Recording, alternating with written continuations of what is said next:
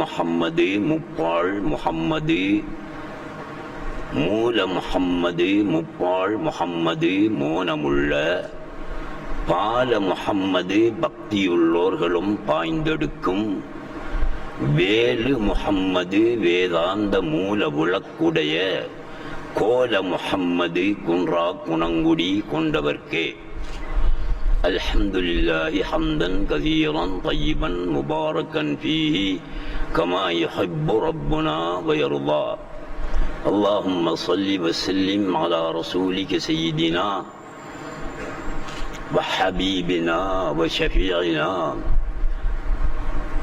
வ மௌலானா முஹம்மதின் وعلى آل سيدنا محمد قد ضاقت حيلتي يدركني يا حبيب الله وانصرني يا حبيب الله وقل حاجاتي يا حبيب الله وارني محياك المبارك في يقظتي ومنامي يا حبيب الله.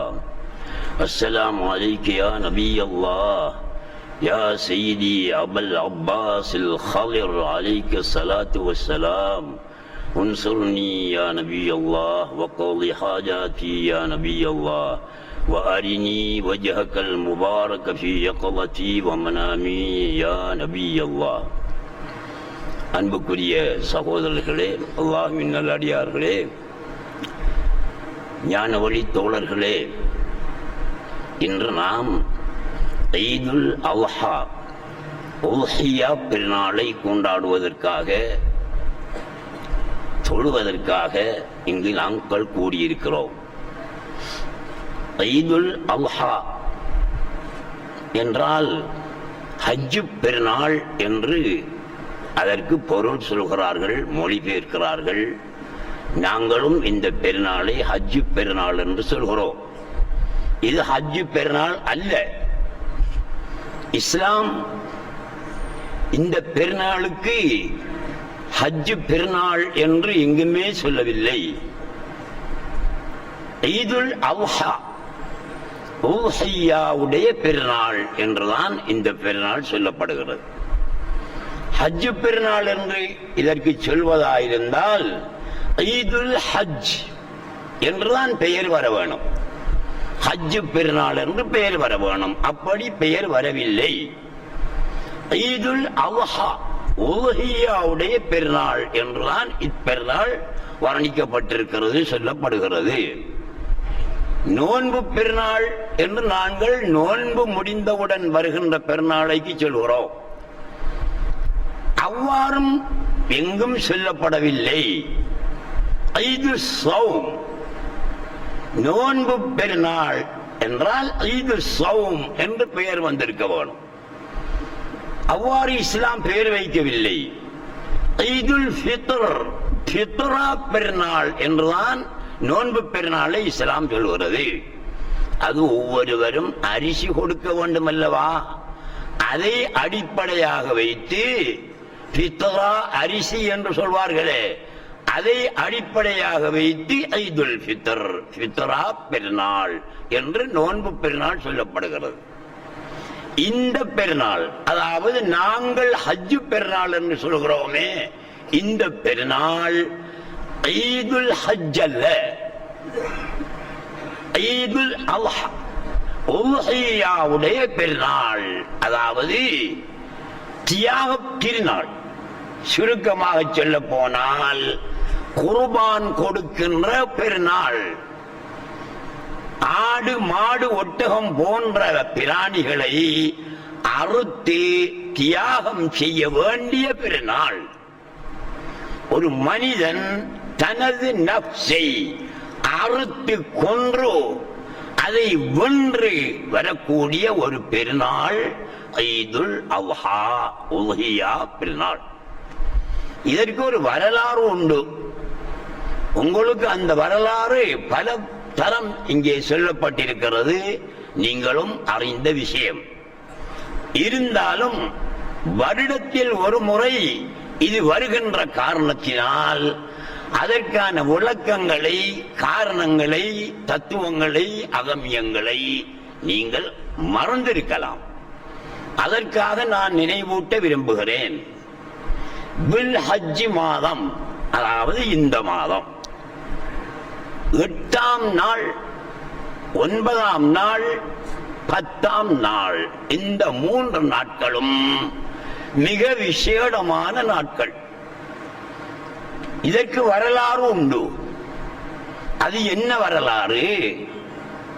துல் ஹஜ் மாதம், இந்த மாதம் 8ஆம் இரவு சையதுனா இப்ராஹிம் அலைஹிஸ்ஸலாத்து வஸ்ஸலாம், இப்ராஹிம் நபி அவர்கள் படுத்து உறங்குகிறார்கள். அதிலே ஒரு கனவு காண்கிறார்கள். தன்னுடைய மகன் இஸ்மாயில் அலைஹிஸ்ஸலாத்து வஸ்ஸலாம் அவர்களை தான் அறுத்து குர்பான் கொடுப்பது போல் ஒரு கனவு காண்கிறார்கள். 8ஆம் நாள் இரவு காலையிலே எழுந்து, இது என்ன கனவு?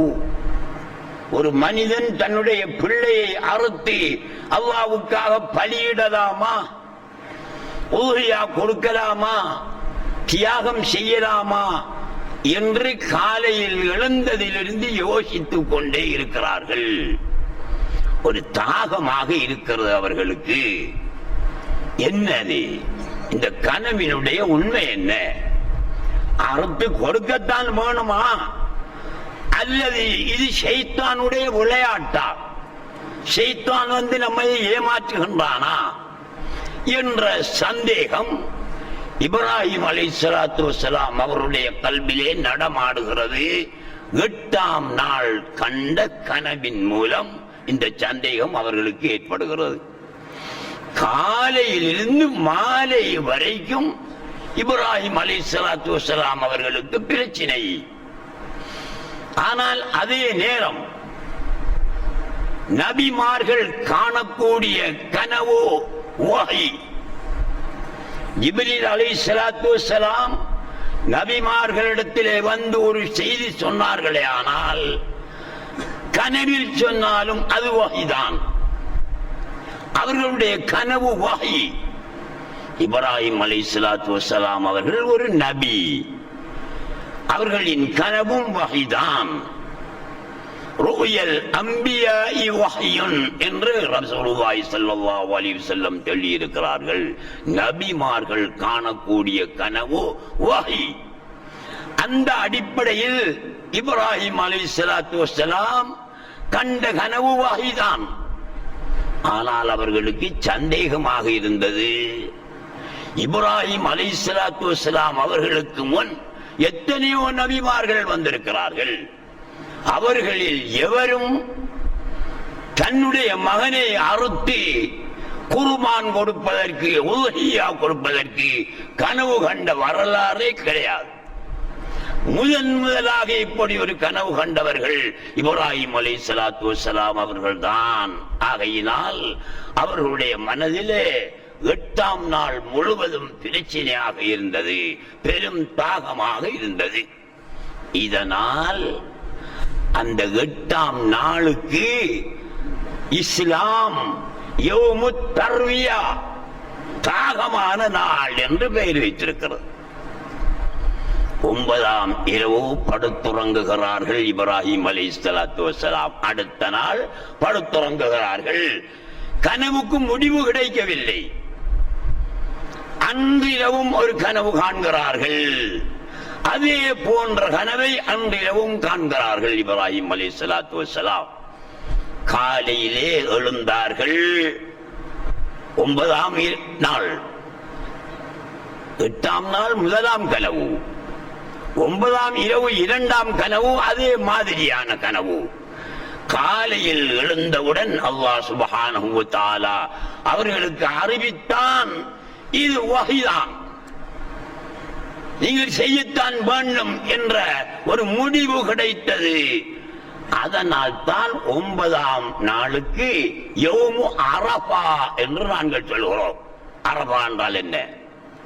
மக்காவில் இருக்கிற அரஃபாவை காட்டாது, அறிந்த நாள். அரஃபா என்றால் அறிந்த நாள், யௌமு அரஃபா. முதலாம் இரவு கண்ட கனவு சந்தேகமாக இருந்தது அல்லவா? 8ஆம் இரவு கண்ட கனவு சந்தேகமாக இருந்தது அல்லவா?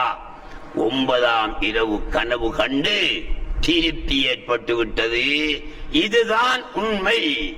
அதனால் 9ஆம் நாளுக்கு யௌமு அரஃபா, அரஃபாவுடைய நாள், அறிந்த நாள் என்று கருத்து வருகிறது. 3ஆம் இரவு கனவு காண்கிறார்கள், அதே மாதிரியான கனவு. விடுகிறது 10ஆம் நாள், அதாவது துல்காதா 10வது நாள் விடுகிறது. அதைத்தான் ஹஜ்ஜி பெருநாள் நாள் என்று நாங்கள் சொல்கிறோம். முடிவு எடுக்கிறார்கள், பிள்ளையை அறுத்து பலியிட வேண்டும் என்ற முடிவு அவர்களுக்கு ஏற்படுகிறது. அல்லாஹ்வுடைய உத்தரவு, அவனுடைய சட்டம், அவனுடைய ஏவல், அதற்கு கட்டுப்பட வேண்டும் என்ற நிலைமை ஏற்படுகிறது. இப்ராஹிம் அலைஹிஸ்ஸலாத்து வஸ்ஸலாம் அன்பு மகன் இஸ்மாயிலை பார்க்கிறார்கள். தவமிருந்து பெற்றெடுத்த பிள்ளை எப்படி அறுத்து பலியிடுவது? அல்லாஹ்வுடைய கட்டளை அல்லவா? சரி, அல்லாஹ்வுடைய கட்டளைக்கு அடிபணிவதுதான் அப்துடைய தொழில், அடியானுடைய தொழில். அல்லாஹ்வுடைய கட்டளைக்கு அடிபணிய வேண்டும், தலை குனிய வேண்டும் என்ற முடிவுக்கு வந்து, அன்பு மகனே இஸ்மாயிலே என்னுடன் வா என்று கூப்பிட்டார்கள். இஸ்மாயில் அவர்களுக்கு ஒன்றும் தெரியாது, அவர்கள் சிறிய பிள்ளை. ஆனால் மகனை அறுப்பதற்கு நாம் அழைத்துச் செல்கிறோம் என்பது தந்தைக்கு தெரியும், இப்ராஹிம் அலைஹிஸ்ஸலாத்து வஸ்ஸலாம் அவர்களுக்கு தெரியும். இருந்தாலும் தன்னுடைய கவலையை காட்டிக்கொள்ளாமல், மகனுக்கு சொல்லாமல், தெரியப்படுத்தாமல், அன்பு மகனே என்னுடன் வாருங்கள் என்று கூப்பிட்டார்கள். தந்தை எதற்கு அழைக்கிறார் என்று இஸ்மாயில் அலைஹிஸ்ஸலாத்து வஸ்ஸலாம் அவர்களும் பின்னாலே போகிறார்கள். தகப்பனுடைய கையிலே கயிறு ஒன்று இருக்கிறது, கத்தியும் ஒன்று இருக்கிறது. எதற்காக தகப்பன் கத்தியையும் கவுரையும் எடுத்து வருகிறார்கள் என்று இஸ்மாயில் அலைஹிஸ்ஸலாத்து வஸ்ஸலாம் யோசிக்கிறார்கள். தகப்பனிடத்திலே கேட்கவில்லை, ஏதோ ஒரு காரணத்துக்காக எடுத்து வருகிறார்கள் என்று இஸ்மாயில் அலைஹிஸ்ஸலாத்து வஸ்ஸலாம் நினைத்துக் கொண்டு பின்னாலே போகிறார்கள். மினா என்ற இடம் வருகிறது. இன்று மக்காவிலே கல்லறிகிறார்களே மினா, அந்த மினா என்ற இடம் வருகிறது. அந்த இடத்திலே ஷைத்தான் வருகிறான். இப்ராஹிமே, மகனை எங்கே அழைத்துச் செல்கிறாய்? அல்லாஹ்வுடைய கட்டளையின்படி அவரை தியாகம் செய்ய, அறுத்து பலியிடப் போகிறேன் என்றார்கள் இப்ராஹிம் அலைஹிஸ்ஸலாத்து வஸ்ஸலாம். ஷைத்தான் சொன்னான், ஒரு உயிரை கொலை செய்யக்கூடாது, நான் கனவு கண்டேன், அதன்படி இறைவனுடைய கட்டளையை நிறைவேற்றப் போகிறேன் என்று சொன்னார்கள். அது பொய்க்கனவு, கனவின்படி செயல்பட முடியாது. ஆகவே நீங்கள் மகனை அழைத்துக் கொண்டு வீட்டுக்கு திரும்புங்கள் என்று அந்த ஆள் ஷைத்தான் சொன்னான். இப்ராஹிம் அலைஹிஸ்ஸலாத்து வஸ்ஸலாம் சொன்னார்கள், 3 இரவு கனவு கண்டு தெளிவோடு தான் நான் வந்திருக்கிறேன்.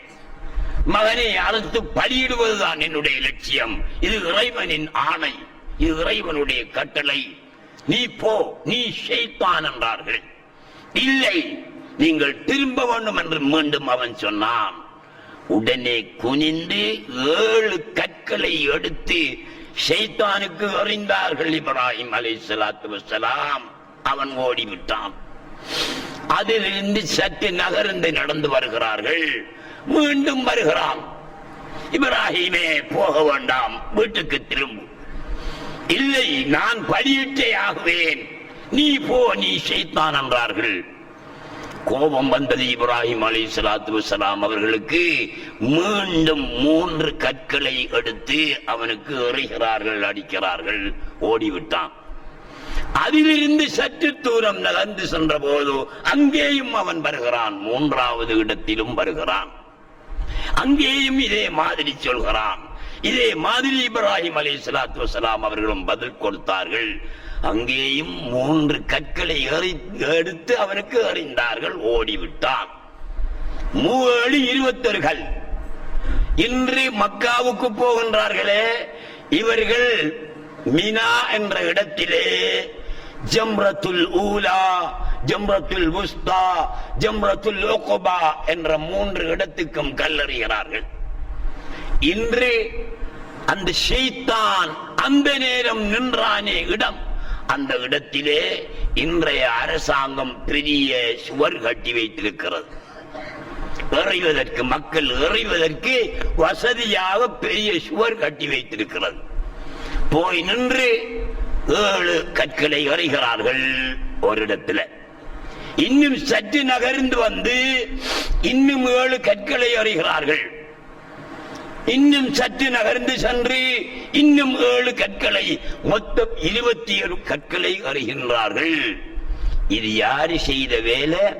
சையதுனா இப்ராஹிம் அலைஹிஸ்ஸலாத்து வஸ்ஸலாம் கல்லறிந்து ஷைத்தானை விரட்டினார்கள். அதற்காக இப்ராஹிம் செய்த வேலையை அவர்களுடைய உம்மத்துக்களாக வரக்கூடிய மக்களும் செய்ய வேண்டும் என்பதற்காக இஸ்லாம் இதை சட்டமாக்கி இருக்கிறது. அந்த அடிப்படையிலே செய்கிறார்கள். சரி, 3 இடங்களையும் தாண்டி இஸ்மாயில் அலைஹிஸ்ஸலாத்து வஸ்ஸலாம் அவர்களை அழைத்து சென்று எந்த இடத்தில் அறுக்க வேண்டுமோ அந்த இடத்திலே இஸ்மாயில் அலைஹிஸ்ஸலாத்து வஸ்ஸலாம் அவர்களை வளர்த்தாட்டுகிறார்கள். அப்போது இப்ராஹிம் அலைஹிஸ்ஸலாத்து வஸ்ஸலாம் மகனிடம் கேட்கிறார்கள், யா புனைய இன்னி அரா ஃபில் மனாமி அன்னி அல்பஹுக. மகனே இஸ்மாயிலே, உங்களை அறுத்து குர்பான் கொடுக்க நான் கனவு கண்டேன். பொதுவொரு மாதா தரா, உங்களுடைய அபிப்பிராயம் என்ன? நீங்க என்ன சொல்றீங்க? அறுத்து பலியிடவா அல்லது விடவா என்று இப்ராஹிம் அலைஹிஸ்ஸலாத்து வஸ்ஸலாம் கேட்கிறார்கள். பொங்கூர் மாதா தரா, என்ன நினைக்கிறீங்க நீங்க? நான் என்ன செய்ய என்று கேட்கிறார்கள். மகன் என்ன சொல்லி இருப்பார்? மகனும் ஒரு நபி, அவர்கள் என்ன சொல்லி இருப்பார்கள்? யா அபத்தி அஃஅல் மா துமர், உங்களுக்கு அல்லாஹ் என்ன சொன்னானோ அதை செய்யும். அறுத்து பலியிடுவ சொன்னான் தானே, என்ன அருங்கள், அல்லாஹ்வுடைய கட்டளை. நீங்களும் கட்டுப்பட வேண்டும், நானும் கட்டுப்பட வேண்டும். நீங்களும் தலை சாய்க்க வேண்டும், நானும் தலை சாய்க்க வேண்டும். அது அல்லாஹ்வுடைய கட்டளை. அருங்கள் தகப்பனாரே என்று இப்ராஹிம் அலைஹிஸ்ஸலாத்து வஸ்ஸலாம் அவர்களுக்கு மகனார் பதில் சொல்கிறார்கள். நீங்கள் சிந்திக்க வேணும், இப்ராஹிம் அலைஹிஸ்ஸலாத்து வஸ்ஸலாம் மகனிடத்தில் அபிப்பிராயம் கேட்காங்க. யா அபத்தி பால் மா துமர், அபிப்பிராயம் கேட்காங்க. நான் கனவு கண்டன், பொங்கூர் மாதா தரா, உங்களோட அபிப்பிராயம் என்னன்னு கேட்காங்க. இஸ்மாயில் அலைஹிஸ்ஸலாத்து வஸ்ஸலாம் அறுக்காதீர்கள் என்று சொல்லி இருந்தால் இப்ராஹிம் அலைஹிஸ்ஸலாம் அறுக்காமல் விட்டிருப்பார்களா, அறுத்திருப்பார்களா? அறுத்து தான் இருப்பாங்க. ஏன் கேட்டார்கள்? மகனுடைய ஈமான், மகனுடைய மனநிலை எவ்வாறு இருக்கின்றது என்பதை பார்ப்பதற்காகத்தான் கேட்டார்கள். மகனோ தந்தையை விட ஒரு படி மேலே நின்று பல்லூர் மாதா தரா யாபத்தி மாத்த உமர், அல்லாஹ் என்ன சொன்னானோ அதை செய்யுங்கள் தகப்பனாரே என்று சொன்ன போது மகனை இஸ்மாயில் நபி அலைஹிஸ்ஸலாத்து வஸ்ஸலாம் அவர்களை வளர்த்தாட்டுகிறார்கள் அந்த கல்லின் மீது இப்ராஹிம் அலைஹிஸ்ஸலாம். நீங்கள் இப்போது இப்ராஹிம் இஸ்மாயில் என்ற கதையை வைத்துவிட்டு உங்களுடைய பிள்ளை ஒன்றை அறுத்து பலியிடுவதற்காக நீங்கள் ஒரு கல்லிலே வளர்த்தாட்டுகிறீர்கள் என்று கற்பனை செய்து கொள்ளுங்கள். எப்படி இருக்கும் உங்களுடைய மனநிலை? எந்த நிலையிலே நீங்கள் இருப்பீர்கள்? பிள்ளையுடைய நிலை எப்படி இருக்கும் என்பதை சிந்தனை பண்ணி பாருங்கள். கல்லிலே வளர்த்தாட்டுகின்ற நேரத்திலே மகனார் சொல்கிறார்கள், அன்பு தந்தையே, என்னை மல்லாந்த நிலையில் வளர்த்தாட்டாமல் என்னை குப்புற வளர்த்தாட்டுங்கள் என்று சொன்னார்கள். ஏன் மகனே? தந்தையே, என்னை மல்லாந்த நிலையிலே நீங்கள் வளர்த்தாட்டி கருட்களத்திலே கத்தியை வைக்கின்ற நேரத்தில் இரத்த பாசம் உங்களை தடுக்கும். என்னை நீங்கள் பார்ப்பீர்கள், நான் உங்களை பார்ப்பேன், இரத்த பாசம் தடுக்கும். அதனால் இறைவனுடைய கட்டளைக்கு நீங்கள் மாறு செய்து விடலாம், அறுக்காமல் விட்டு விடலாம். அதனால் பெரும் குற்றவாளியாகி விடுவீர்கள், நான் குற்றவாளியாகி விடுவேன். என்னை குப்புற வளர்த்தாட்டுங்கள், உங்களை நான் பார்க்க கூடாது, என்னை நீங்கள் பார்க்க கூடாது என்று சொன்னார்கள். அதன் பிறகு சொன்னார்கள், மகனார், அன்பு தந்தையே, என்னுடைய கையையும் காலையும் கயிறினால் கட்டுங்கள். நீங்கள் கயிறு கொண்டது கட்டுவதற்குத்தானே, கட்டுங்கள். ஏன் தெரியுமா? கையையும் காலையும் கட்டாமல் என்னை அறுக்கும் போது வேதனை தாங்க முடியாமல் நான் துடிப்பேன். அதை கண்டு உங்களுடைய மனம் சடைந்து விடும், சலித்து விடும். துடிக்காமல் இருப்பதற்காக கட்டுங்கள் என்று சொன்னார்கள். இப்ராஹிம் அலைஹிஸ்ஸலாத்து வஸ்ஸலாம் கையையும் காலையும் கயிறால் கட்டி குப்புற வளர்த்தாட்டி இருக்கும் போது இஸ்மாயில் அலைஹிஸ்ஸலாத்து வஸ்ஸலாம் அவர்களுக்கு ஒரு சத்தம் கேட்கிறது. அமஸ்தூதல் யதைனி வர்ரிஜ்லைன் யுத்தியனி ஹபீபி, கையும் காலும் கட்டப்பட்ட நிலைமையிலா என்னுடைய ஹபீப் எனக்கு வழிபட போகிறார்? சரி வராது, கையும் காலும் அவிழ்க்கப்பட வேண்டும் என்ற ஒரு சத்தம் கேட்டது. அப்படி ஒரு பலாத்கார நிலைமையிலே இந்த வேலையை செய்யக்கூடாது, மனம் விரும்பித்தான் செய்ய வேண்டும் என்ற சத்தம் கேட்டவுடனே இஸ்மாயில் அலைஹிஸ்ஸலாத்து வஸ்ஸலாம் வாப்பாவை பார்த்து, தகப்பனை பார்த்து, என்னுடைய கை கால்களை அவிழ்த்து விடுங்கள், என்னை மல்லாந்த நிலையிலே போட்டு நீங்கள் அருங்கள் என்று சொன்னார்கள். இப்ராஹிம் அலைஹிஸ்ஸலாத்து வஸ்ஸலாம் அதன்படி இஸ்மாயில் நபியுடைய கழுத்திலே கத்தியை வைத்து அறுக்கிறார்கள். கத்தி கல்லை அறுக்கிறது, ஆனால் கழுத்தை அறுக்கவில்லை. கோபம் வருகிறது இப்ராஹிம் அலைஹிஸ்ஸலாம் அவர்களுக்கு. கழுத்தில் வைத்த கத்தியை எடுத்து கல்லிலே அடிக்கிறார்கள், வெட்டுகிறார்கள். கல்லு பிளக்கிறது. இப்ராஹிம் அலைஹிஸ்ஸலாம் கல்லிடம் கேட்கிறார்கள், கத்தியிடம் கேட்கிறார்கள், தக்தஉல் ஹஜர வலா தக்தஉல் ஹல்க், நீ கழுத்தை வெட்ட மறுக்கிறாய், கல்லை வெட்டுகிறாயே, கத்தியே என்று கத்தியிடம் கேட்டுவிட்டு மீண்டும் அறுக்கிறார்கள். அறுக்க முடியாமல் போய்விட்டது. இஸ்மாயில் அலைஹிஸ்ஸலாம் அழவில்லை, துடிக்கவில்லை, பயப்படவில்லை. அல்லாஹ்வுடைய கட்டளைக்கு கட்டுப்பட்டு அப்படியே படுத்துக் கொண்டிருக்கின்றார்கள். என்ன செய்வது, அறுபடவில்லையே என்று இருக்கின்ற நேரத்திலே அல்லாஹ் சுப்ஹானஹு வ தஆலா வஹி அறிவிக்கின்றான் இப்ராஹிம் அலைஹிஸ்ஸலாத்து வஸ்ஸலாம், யா இப்ராஹிம் கத் ஸதக்த ருயா, கண்ட கனவை நீங்கள் நிறைவேற்றி வைத்து விட்டீர்கள். அறுக்க தேவையில்லை, நீங்க முன் வந்து விட்டீர்கள் அறுப்பதற்கு. என்னுடைய கட்டளைக்கு நீங்க அடிபணிஞ்சிட்டீங்க, அதுவே போதும். ஜிப்ரீல் சுவர்க்கத்தில் இருந்து ஒரு ஆட்டை கொண்டு போய் கொடு இப்ராஹிமுடைய கையிலே. இஸ்மாயில் அலைஹிஸ்ஸலாம் அவர்களை அறுப்பதற்கு பதிலாக அந்த ஆட்டை அவர் அறுக்க வேண்டும் என்று அல்லாஹ் சுப்ஹானஹு வ தஆலா வஹி அறிவித்தான். ஜிப்ரீல் அலைஹிஸ்ஸலாத்து வஸ்ஸலாம் ஆடு சுவர்க்கத்திலுள்ள ஒரு ஆட்டை எடுத்துக்கொண்டு அந்த இடத்திற்கு வருகிறார்கள். இப்ராஹிம் அலைஹிஸ்ஸலாம் அவருடைய கையில கொடுக்கிறாங்க. மகனை அறுக்க வேண்டாம், அதற்கு பதிலாக இந்த ஆட்டை அறுங்கள். மகனை அறுப்பதற்கு நீங்கள் முன்வந்தீர்களே, அதுவே பெரிய விஷயம். ஆகையினால் இதை அறுங்கள். அல்லாஹ் சுப்ஹானஹு வ தஆலா அதை எவ்வாறு சொல்கிறான்? வஃபதைனாஹு பிذبஹின் அலீம். மிக வலுப்பமான ஒரு பிராணியை, ஒரு அறுக்கக்கூடிய அந்த பிராணியை நாங்கள் கொடுத்து அதை பலியிட வைத்தோம் என்று அல்லாஹ் குர்ஆன்ல சொல்றான். வஃபதைனாஹு பிذبஹின் அலீம். வலுப்பமான ஒன்றை கொடுத்து, சுவர்க்கத்திலிருந்து கொண்டு வரப்பட்ட ஆடு. உண்மையிலேயே அந்த ஆட்டை அறுக்காமல் இஸ்மாயில் அலைஹிஸ்ஸலாத்து வஸ்ஸலாம் அவர்கள் அறுக்கப்பட்டிருந்தால் முஹம்மது நபி ஸல்லல்லாஹு அலைஹி வஸல்லம் அவர்கள் பிறந்திருக்க முடியாது. ஏன்?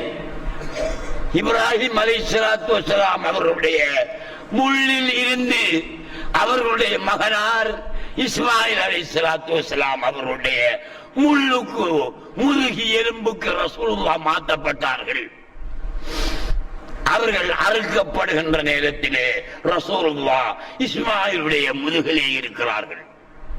இஸ்மாயில் அறுக்கப்பட்டிருந்தால் ரசூலுல்லாஹ் வந்திருக்க மாட்டார்கள். ஆகையினால் அல்லாஹ் சுப்ஹானஹு வ தஆலா இஸ்மாயிலையும் காப்பாற்றினான். அவர்களுடைய முதுகில் இருந்த முஹம்மது ஸல்லல்லாஹு அலைஹி வஸல்லம் அவர்களையும் காப்பாற்றினான். இந்த ஆட்டை அறுப்பதன் மூலமாக, ஆட்டை கொடுத்த உடனே இப்ராஹிம் அலைஹிஸ்ஸலாத்து வஸ்ஸலாம் அல்லாஹு அக்பர், அல்லாஹு அக்பர், அல்லாஹு அக்பர் என்று சொன்னார்கள்.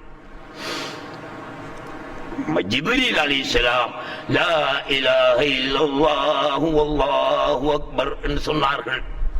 இஸ்மாயில் அலைஹிஸ்ஸலாத்து வஸ்ஸலாம் அல்லாஹு அக்பர் வலில்லாஹில் ஹம்து என்று சொன்னார்கள்.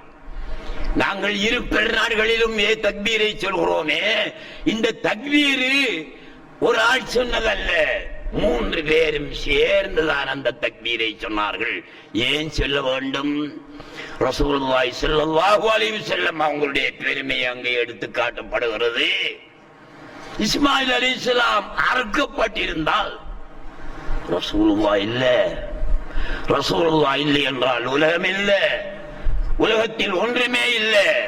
அப்படியான ஒரு நிலை வரக்கூடாது என்பதற்காக அல்லாஹ் சுப்ஹானஹு வ தஆலா ஒரு ஆட்டை அவர்களுக்கு பதிலாக அறுக்க சொல்லி அறுத்தார்கள்.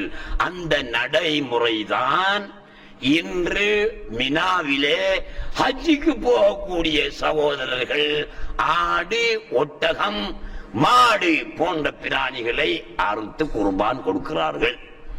அங்கு போகாதவர்கள் அவர்களுடைய ஊரிலே இருந்து கொண்டு ஆடு, மாடு, ஒட்டகம் எடுக்க முடியாது, ஆடு, மாடு போன்றவைகளை அறுத்து உலஹியா கொடுக்கின்றார்கள். அப்படியான ஒரு நிலைமையை, ஒரு சம்பவத்தை நினைவூட்டக்கூடிய இந்த ஈதுல் அல்ஹா, உலஹியா பெருநாள் என்று நாங்கள் இருந்து கொண்டிருக்கிறோம். அன்புக்குரிய சகோதரர்களே, இது ஒரு வரலாறு.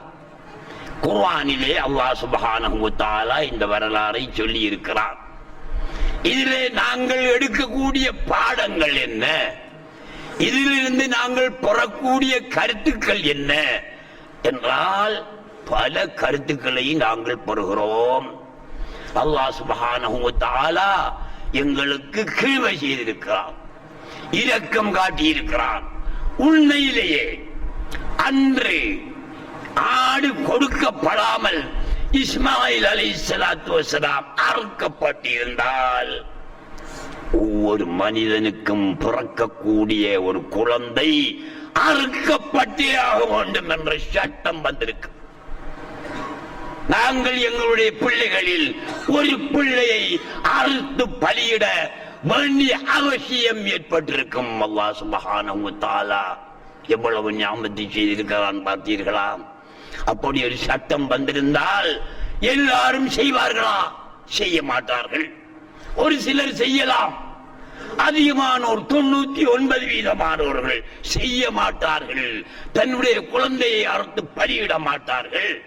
இதை அறிந்த அல்லாஹ் சுப்ஹானஹு வ தஆலா மக்கள் மீது, அவனுடைய அடியார்கள் மீது இரக்கம் காட்டி, அன்பு காட்டி இப்படியான ஒரு ஏற்பாட்டை செய்திருக்கிறான். அன்புள்ள சகோதரர்களே, என்னுடைய ரகசியம் இன்னும் ஒன்று இருக்கிறது.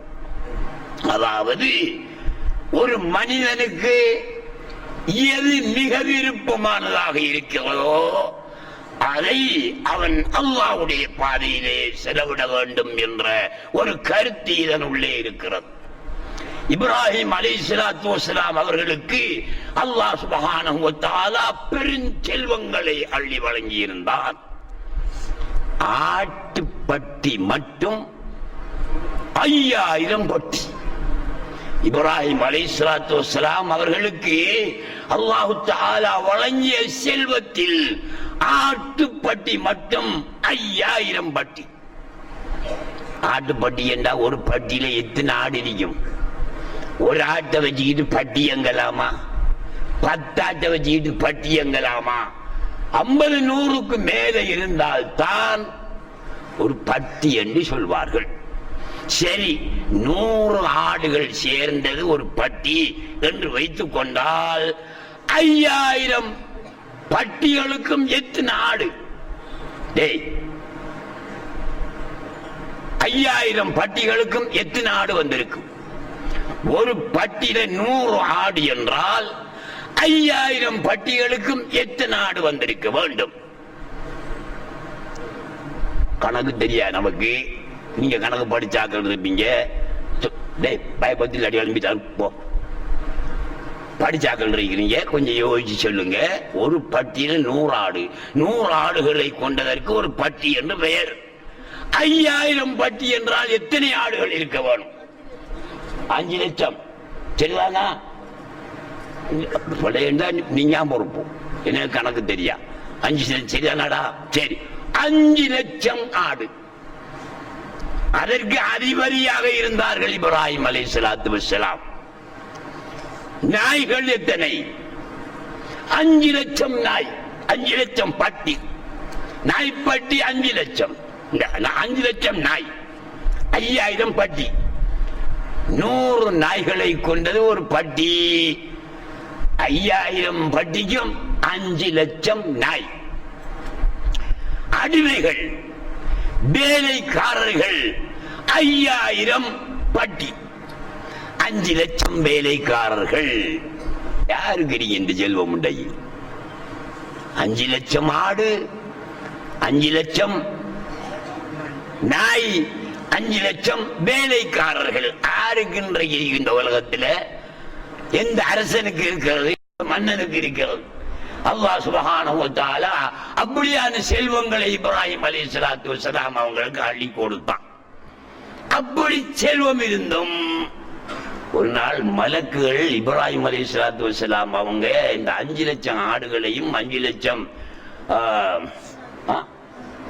நாய்களையும் 5 லட்சம் அடிமைகளையும் வேலைக்காரர்களையும் அழைத்து போகிறார்கள் என்று மலக்குகள் பார்த்துட்டு பிரமப்பட்டார்களாம், அதிசயப்பட்டார்களாம். சுப்ஹானல்லாஹ், இப்படி ஒரு செல்வத்தை 15 லட்சம் போகுது. அவங்களுக்கு பின்னால 15 லட்சம் போகுது. இப்படி செல்வத்தை நீ கொடுத்திருக்கிறாயே என்று அதிசயப்பட்டு அவங்க பார்த்தாங்களா? அங்க பார்த்தா 15 லட்சம் மட்டுமில்லை, ஒவ்வொரு நாயுடைய கழுத்திலும், ஒவ்வொரு ஆடினுடைய கழுத்திலும் நவரத்தினங்கள், கோமேதகங்கள், புஷ்பராகங்கள் போன்ற இரத்தின கல் வகைகளால மாலை போட்டிருந்தாங்களாம் இப்ராஹிம் அலைஹிஸ்ஸலாத்து வஸ்ஸலாம் அவங்க. அப்ப இப்ராஹிம் அலைஹிஸ்ஸலாத்து வஸ்ஸலாம் இப்படிமான ஒரு ஆடம்பர வாழ்க்கையிலே வாழ்ந்திருக்கிறாங்க என்று கூட நீங்க நினைக்கலாம். அது ஆடம்பர வாழ்க்கை அல்ல, அதனுடைய ரகசியம் வேற. இடையில சொல்லிக் கொள்றேன். ஒரு வலிவாவை பார்க்கறதுக்காக ஒரு மனுஷன் போனாராம். அந்த ஊருக்கு போய் ஒலிவுல்லாவுடைய வீடியது என்று கேட்டு அலைந்து போனாராம். ஆக்கள் எல்லாரும் காட்டுறாங்களாம் ஒரு 15-20 மாடியில உள்ள ஒரு வீட்டை. இவன் பார்த்தாதான் இது அவங்களோட வீடாயிருக்கிறாரு. ஒரு ஒலிவுல்லா இருந்தா ஒரு புச்சி கூடியில கிடப்பாரு.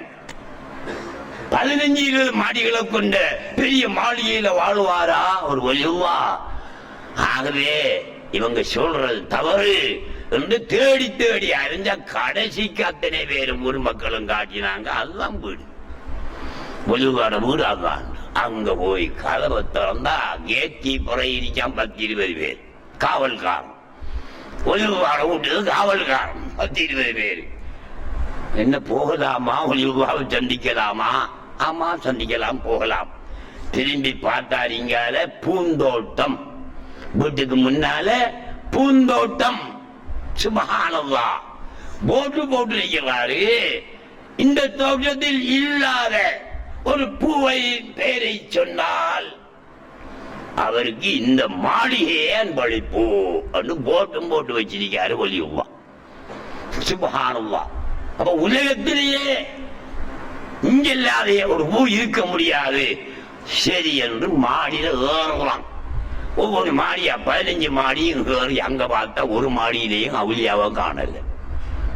திரும்பி வாராம், வந்து கேட்கான், தானே ஒலிவுல்லாவுடைய வீடு, எங்க ஆளை காணலையே.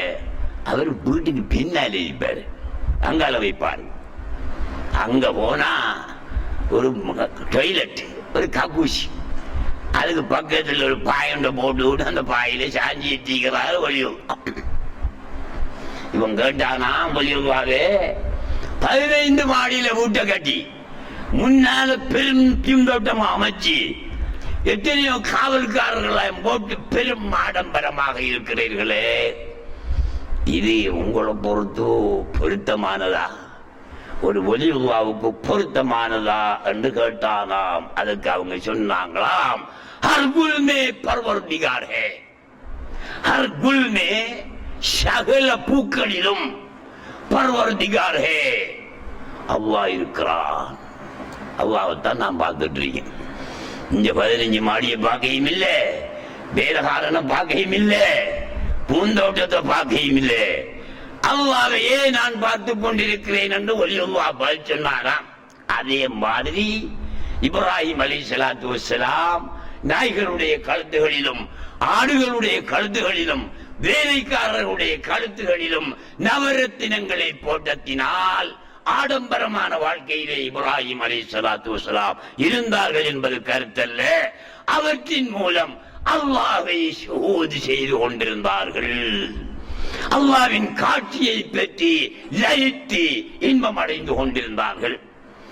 இவற்றை எல்லாம் விட செல்வமான ஒன்றுதான் அவர்களுடைய மகன் இஸ்மாயில் அலைஹிஸ்ஸலாத்து வஸ்ஸலாம் அவர்கள். நாய் பெரிசில்லை இப்ராஹிம் அலைஹிஸ்ஸலாம் அவர்களுக்கு, அடிமைகள் பெரிசில்ல, ஆடுகள் பெரிசில்ல. இஸ்மாயில் அலைஹிஸ்ஸலாத்து வஸ்ஸலாம் தவம் இருந்து பெற்றெடுத்த பிள்ளையின் மீது கடுமையான அன்பு வைத்திருந்தார்கள். அல்லாஹ் பார்த்தா எல்லாத்தையும் விட அன்பு இந்த பிள்ளைகளா இருக்கி. அறுக்க சொன்னா இவர் அறுப்பாரா, கட்டுப்படுவாரா என்று அல்லாஹ் சுப்ஹானஹு வ தஆலா ஒரு பரீட்சை, ஒரு எக்ஸாம் நடத்தினான். இந்த எக்ஸாம்ல 100க்கு 100 மார்க்ஸ் எடுத்து விட்டார்கள் இப்ராஹிம் அலைஹிஸ்ஸலாத்து வஸ்ஸலாம். இஸ்மாயில் அலைஹிஸ்ஸலாத்து வஸ்ஸலாம் கழுத்தை கொடுப்பீங்களா தம்பி? அல்லாஹ் அறுத்து கலியெடு சொல்லியிருக்காரு, வாங்கடான்னு கூப்பிட்டு அவங்க உம்பா விடுவாங்களா? அற்பமானாம எல்லாருமே பாவியாகின்ற நிலைமை. அல்லாஹ் சுப்ஹானஹு வ தஆலா எல்லாரையும் பாதுகாத்தான். ஆகையினால் அன்புள்ள சகோதரர்களே, இந்த பெருநாள் தியாக திருநாள். தியாகம் செய்யணும். எதை செய்யாட்டியும் உன்னை தியாகம் செய்யணும். என்ன? நான் என்ற உணர்வு எங்களிடத்திலே இருக்கிறதே, அதையாவது தியாகம் செய்யணும். காசு பணத்தை தியாகம் செய்யாவிட்டாலும், தோற்றங்களை தியாகம் செய்யாவிட்டாலும், கடைகளை தியாகம் செய்யாவிட்டாலும், எல்லா விதமான இன்பங்களையும் சொத்து சுதந்திரங்களையும் தியாகம் செய்யாவிட்டாலும் ஒவ்வொருவரிடத்திலும் நான் என்ற ஒரு அகங்காரம், அதையும் தியாகம் செய்யணும். சிலவன் இருக்கான், அவனை மிஞ்சி நாள் இல்லை என்று நடப்பான். நான் இதுக்கு முதல் ஒரு தரம் பேசி இருக்கேன். இந்த ரோட்டால் ஒரு ஆள் போற பேர் சொல்ல இயலாது. கரண்டி காலுக்கு கீழே சாரம் கொடுப்பாரு. நாங்க ரோட்டை தூக்குறதுக்கு ஆக்கள் சொல்ல தேவையில்லை, அவரே ரோட்டை கூட்டிட்டு போவாரு சாரனால. அப்படி கொடுப்பாரு, இப்படிதான் கொடுக்காரு. ஒரு நாள் நான் பார்த்து நிற்கும் போது 4 பேர் என்னோட நின்றாங்க. தம்பி, இவர் மிச்சம் அவசரமா பிறண்டு போவார். நான் சும்மா சொன்னேன், இந்த அடிகளுடைய அடிப்படையை வச்சு சொன்னேன். அதிலிருந்து ஒரு சில மாதங்களோ வருஷங்களோ ஞாபகம் இல்லை, மௌத்தா போயிட்டாரு மனுஷன். அப்ப இந்த அகங்காரம், நான் என்ற மமதை மனுஷனிடத்தில் எரியப்படாது. பணிவு வேணும். யாரை கண்டாலும் பணிஞ்சு போகணும், பெருமாடிக்க கூடாது. இப்ராஹிம் அலைஹிஸ்ஸலாத்து வஸ்ஸலாம் பெருமடிக்கல, இஸ்மாயில் அலைஹிஸ்ஸலாத்து வஸ்ஸலாம் பெருமடிக்கல. 1,24,000 நபிமார்களில் எவரும் பெருமடித்ததற்கு வரலாறு கிடையாது. அதே நேரம் அன்புள்ள சகோதரர்களே, இவற்றையெல்லாம் நாம் அறிந்து காதால கேட்டுட்டு போறது மட்டுமல்ல, எங்களுடைய வாழ்க்கையிலே நாங்கள் என்ன செய்ய வேண்டும், இவற்றை எடுத்து செயல்பட வேண்டும் என்று கேட்டு, இப்படியான சம்பவங்களிலே அல்லாஹ் சுப்ஹானஹு வ தஆலா நிறைய பாடங்களை வைத்திருக்கிறான். அவற்றை நாங்கள் கற்றி செயல்பட வேண்டும் என்று கேட்டுக்கொள்வதுடன், நமது ஊரில் ரொம்ப காலமாக எங்கேயும் மௌலித் ஓத மாட்டாங்க. நம்மளோட பதரியா பள்ளிவாசலோட சம்பந்தப்பட்டவங்க தான் அவங்களோட கடைகள்லயோ வீட்டுகள்லயோ ஓதிட்டு வருவாங்க.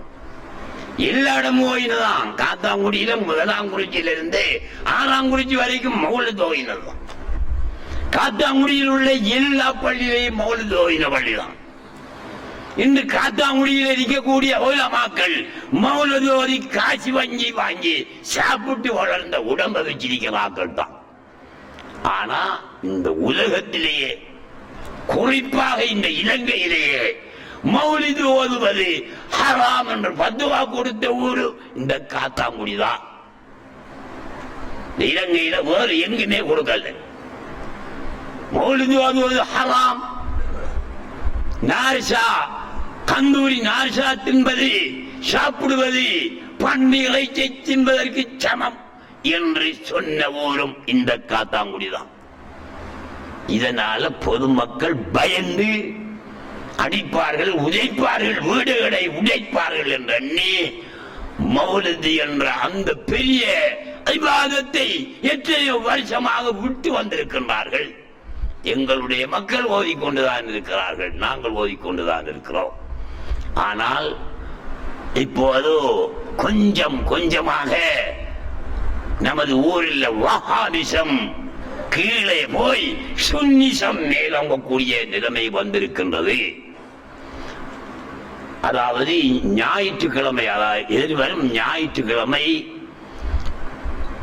ஒரு ஹந்தூரி, அதாவது மௌலித் ஓதி பெரிய ஒரு ஹந்தூரி கொடுப்பதற்காக மீனவர்கள் தயாராகி கொண்டிருக்கின்றார்கள். அதற்கான ஏற்பாடுகள் செய்து கொண்டிருக்கின்றார்கள்.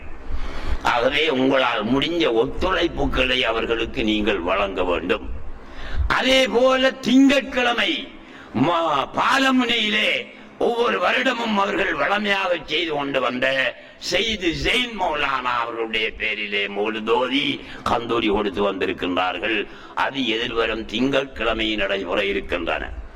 இந்த 2 கந்தூரிகளிலும் நீங்கள் கலந்து கொண்டு சுன்னத்துல் ஜமாத்தினுடைய கொள்கையை மேலோங்க செய்ய, அவர்களுக்கு உதவிகளை செய்ய முடிந்தவர்கள் உதவிகளை செய்து சுன்னத்துல் ஜமாத் இந்த ஊரிலே தலை நீட்டி நிற்க நீங்கள் முன்வர வேண்டும் என்று கேட்டுக்கொள்வதுடன், நமது ஊரை சேர்ந்த ஒரு பையன் புற்றுநோயால் பாதிக்கப்பட்டு அவருக்கு உதவி கொடுக்க வேண்டும் என்று நாங்கள் பள்ளி வாயிலே அறிவித்து சிலர் பண உதவி செய்திருக்கின்றீர்கள். அவருக்கு ஏறத்தாழ ஒரு 15 லட்சம் ரூபாவுக்கு மேல தேவை. ஆனால் அந்த அளவுக்கு அவருக்கு காசு சேரல. இருந்தாலும் அரசாங்கத்தினுடைய ஒத்துழைப்போடு ஒரு சில பிறருடைய ஒத்துழைப்போடும் அந்த ஏற்பாடு நடைபெற்றுக் கொண்டிருக்கிறது. இருந்தாலும் அவருக்கு ஃபுல் ஸ்கேன் பண்ண வேண்டிய ஒரு சூழல். 60,000 ரூபாய் அவருக்கு தேவை. நான் அஷிபா நலன்புரி சங்கம் இடத்திலே சொல்லி அவருக்கு ஒரு 20,000 ரூபாய் பணம் எடுத்து கொடுக்க ஏற்பாடு செய்திருக்கிறேன். உங்களால் முடிந்தவர்களும் அந்த பையனுடைய தகப்பன் வழியிலே நிற்பார். உங்களால் முடிந்த உதவிகளையும் செய்யுமாறு அன்பாக நான் கேட்டு விடைபெறுகிறேன். அஸ்ஸலாமு அலைக்கும் வரஹ்மத்துல்லாஹி வபரகாத்துஹு.